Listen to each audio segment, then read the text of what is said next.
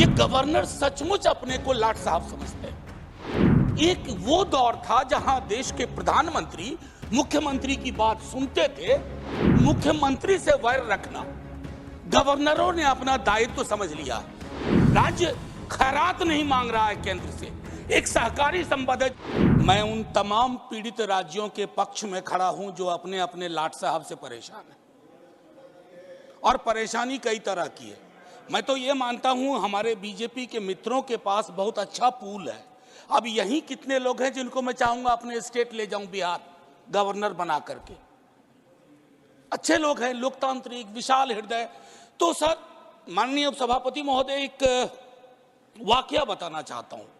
1952 में बीसी राय, कोई नहीं है तृणमूल के शायद, बीसी राय वेस्ट बंगाल के चीफ मिनिस्टर थे। नेहरू जी ने किसी को गवर्नर नियुक्त करने की कोशिश की, तो बीसी राय साहब ने कहा कि हमारे यहां नॉन बंगाली गवर्नर नहीं चलेगा। हालांकि उसके बाद काफी चीजें बदल गई, तो एचसी मुखर्जी साहब की नियुक्ति हुई।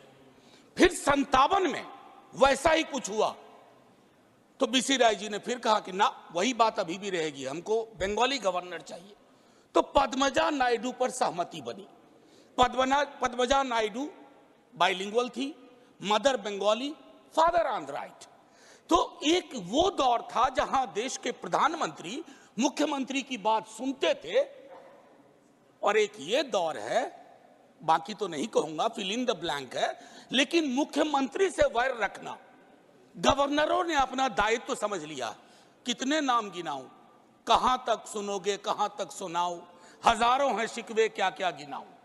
अब हाल में ही सर्वोच्च न्यायालय की टिप्पणी आई। वो टिप्पणी क्या कहती है?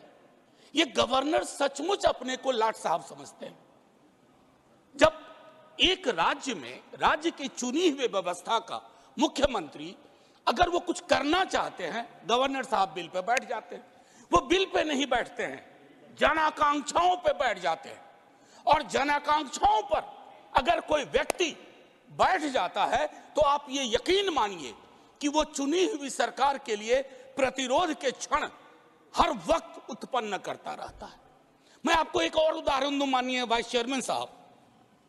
जिन राज्यों में केंद्र की सत्ता, वाइस चेयरमैन साहब, तेरे आने और तेरे जाने में हमने सदियों का फासला देखा। कंक्लूड करें। मैं सिर्फ 1-1.5 मिनट लूंगा सर, कोई नहीं, बस 1-1.5 मिनट।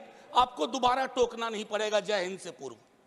तो मैं देखिए तारतम्य टूट गया। क्या बता रहा था? दूसरा वाक्य बता रहे थे। कंक्लूड करें मान्यवर। हाँ सर, मैं ये कह रहा था, प्लीज माननीय नीरज जी प्लीज। माननीय नीरज जी प्लीज। सर, नीरज भाई वाला टाइम निकाल दीजिएगा मुझ में से। आप कंक्लूड करें मान्यवर। सर, कंक्लूड कैसे करूं? बीच में नीरज भाई बोल दिए। चलिए आप मैं सर इतना कहना चाहता हूं कि जिन राज्यों में बीजेपी विपक्ष में है, वहां मजबूत हो जाती है बीजेपी। जानते हैं क्यों? गवर्नर साहब 60% विपक्ष का काम कर देते हैं, वो विपक्ष में हो जाते हैं। मैंने ऐसे गवर्नर्स देखे हैं जो टेलीविजन चैनल में शाम से बैठ जाते हैं, अपनी ही सरकार के बारे में। Honourable member please conclude. Sir, Anil ji please conclude करें।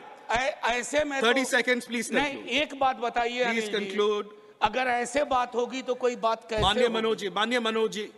सर, माननीय मनोज जी, आपने कहा तो मैं एक चीज जरूर कहूंगा।